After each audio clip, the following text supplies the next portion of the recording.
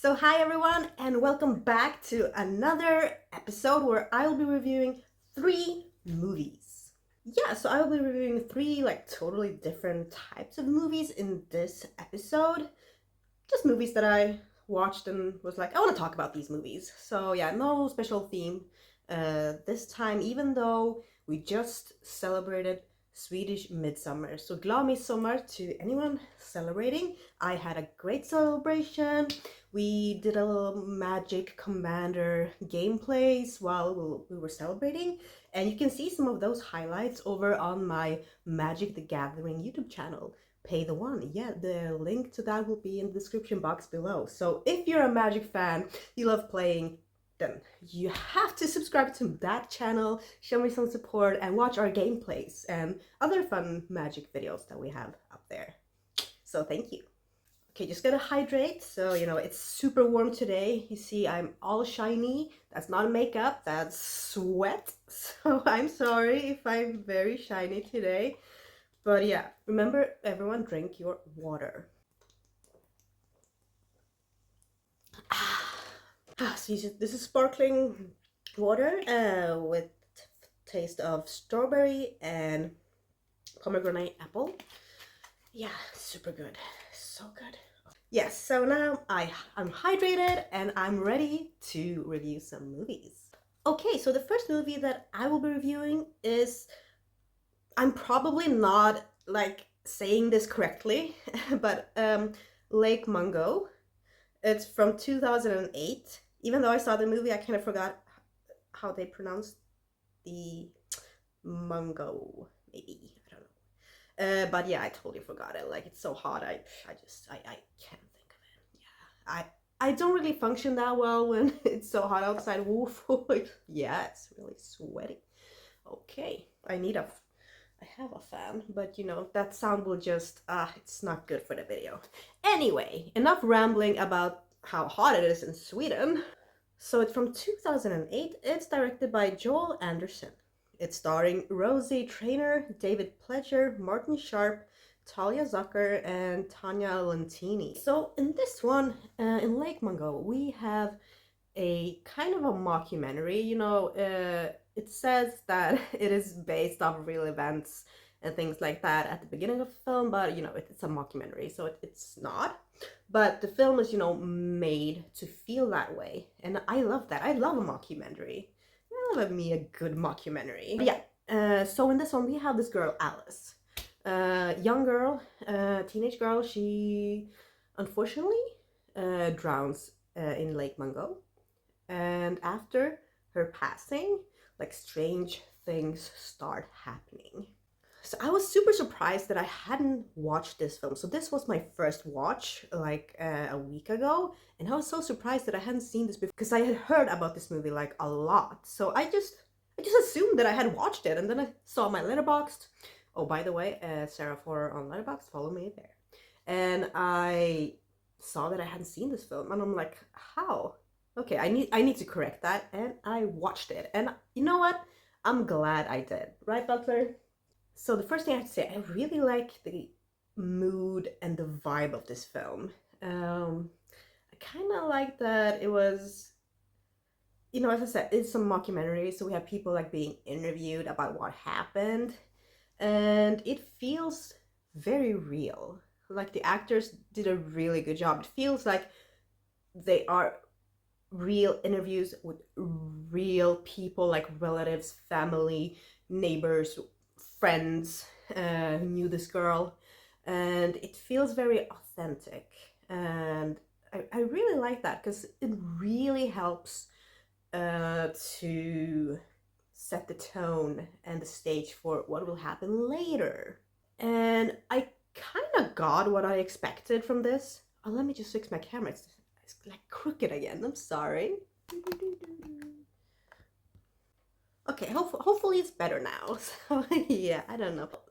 First, we have Alice drowning, but then we have people filming, doing these homemade videos, VHS tapes and stuff, and they think they are seeing strange things in these videos, And I have to say that I really like the way that was made.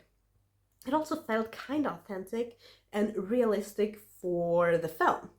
It really like fitted the tone, and I was like very drawn in and interested in the story throughout the entire film. But you know, these types of movies, the cinematography, the kind of script, the style of this film is totally up my alley. So if this is not like this style is not up your alley, then you might not want to watch this one. But I would recommend to watching it anyway. You might, you know, surprise yourself. But if you really like these types of movies, then please watch Lake Mungo, like right now. Like just finish watching my episode, and then you can go, of course, and see Lake Mungo. And also, even though, you know, this movie is fictional, this place, Lake Mungo, is not fictional.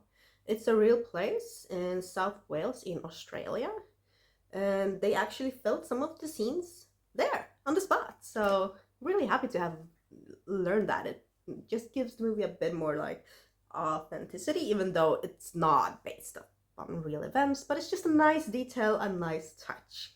Ooh, so hot. Okay, so what will I give this film? I'm giving it a 8 out of 10. Yeah, so an 8 out of 10. We have a great start to this episode, and you know what? Let's see if the next film is just as good. Okay, so the next film I'm going to talk about is called The Harbinger. So it's from 2022. It's directed by Andy Melfon. It's starring Gabby Beans, Emily Davis, Raymond Anthony Thomas, and Stephanie Roth Habery. So this film was made during the COVID era, so it's very limited in like acting, cast, probably crew. Yeah, because everything was very weird in the film industry during that time. And you know, I knew myself like all the limitation and restrictions that had to be going on set, and you kind of can tell in this film. So we have this main character called Monique. She is staying at home, you know, just not going outside because that was not a good thing to do back then. And she's home with her father and her brother, and you know, they don't want their dad to get sick, basically. But then she gets a phone call from her friend that is begging her to just come over, to drive over and come over to her, because this friend has been having these horrible nightmares. So Monique goes over there, talks to her friend, actually experiences like what these nightmares do to her friend, and then she kind of gets sucked in herself in this kind of dream world. So yeah, also a first time watch, saw it on Max, and I really like the poster for the film. Posters of those kind of plague doctors that used to be around before. And I mean that the story is fine. It's a working story during the this time, and you know, with the limitations, I understand. They did what they could. But is it really that kind of special that I was so drawn in? And kind of not really, but I was, you know, still in it. I was like, okay, I want to see where this is going. I was kind of interested about the dreams and the plague doctor on the poster, but I felt that this movie could have been so much more. Times where I felt that this movie was very underwhelming, even though I understand the limitations, but I still feel that they were just about to reach something, but didn't get there, didn't go all the way there. So I am a little bit disappointed, but there were still some things that I really liked, like the dreams, hallucinations, when we were being thrown back and forth between what is real, what is not real. I kind of like that. I like the confusion, but I still felt that there wasn't enough of that, or there wasn't just that whoa moment towards the end. Yeah, I felt that they could have tied it up a little better. But also, I did like the acting. I felt that was kind of natural. The actors did a good job, and no problem with that. Cinematography was really good during the hallucination dream scenes. Very cool looking. But as I said, it just didn't feel enough in some areas for me. Yeah, I really wanted to love this film, but you know, unfortunately, that's not the case. But it's not a bad film. Like, I wouldn't say it's a bad film. It's like, if you don't have anything to watch, you know, put on The Harbinger. And yeah, I thought it was still an okay first watch. I don't know if I want to rewatch it soon. Probably not. But so, what will I give The Harbinger? I'm giving it a 6 out of 10. A 6 out of 10. Not as good as like Mungo, of course, but still an okay film. But yeah, let's move on to review number 3. Okay, so this film I've watched before, so I just rewatched this before filming this episode, so it's fresh in my mind. I remember a lot, not everything. The heat is, oh, yeah. But it's okay, it's fine. It's fine, we've all been there. Just let me hydrate. And you should also take a hydration break. Get some water. It's important. I care about you. I want you all to feel good. Let's do this together. You always have to. Okay, so now we are ready to talk about Charlie's Farm. Yes, so Charlie's Farm is from 2014. Let me get my little book. By Chris Sun. It's starring Tara Reid, Nathan Jones, Bill Moseley, Kane Hodder, and Alira Jack. Yes. So in Charlie's Farm, we have these 4 characters. Yeah, and Tara Reid is the lead. She's playing Natasha. So we have 2 women and 2 men. They are discussing where they're gonna go, like for a holiday or to do something, you know, vacation, whatever. And one of them is like, maybe we should go to this place called Charlie's Farm, because it used to have an interesting and very dark history about it. So they decide to go there, to the Australian outback, and unfortunately the stories that they heard about Charlie's Farm are true. Yeah, they are still true. And you know, they have to fight for their lives basically. So as I said, I had seen Charlie's Farm before, and I have been like longing to rewatch it for a few years now. And I brought my Blu-ray of it with me to my place, from my mom's place, and yeah, I just rewatched it, and honestly, I had such a good time watching it. Like the first time, and I'm rewatching it. It is a movie up my alley. Yeah, this is, you know, a movie that focuses on a lot about gore, but it also does have, you know, a budget. So, you know, the camera work, cinematography is very clean. It doesn't really have this raw and dirty feel or look to it, but I still kind of liked it. I did. I like the vibe of this film. It did give like not a lot, but a few shots gave me like Texas Chainsaw Massacre vibes when they were like walking towards the house. Like we see the characters from behind and we see them walking up to this big house farm. Those types of shots kind of reminded me of Texas Chainsaw Massacre. But not the entire film, so don't get that wrong. I'm not saying that at all. I liked the gore, of course. The gore was really good, and I did like that some of the gore happened to the characters that I was like, okay, maybe this character will survive, and then they, you know, they didn't. But it came so suddenly. I was like, okay, I like this. Kind of like this, you know. Feel bad for the character, but and I have to say, none of the characters really annoyed me or were like, I kind of liked them. The only criticism is I feel that we didn't get to know them enough. It's a gore movie, Sarah. Do you really expect anyone to, develop characters that deeply? Yeah?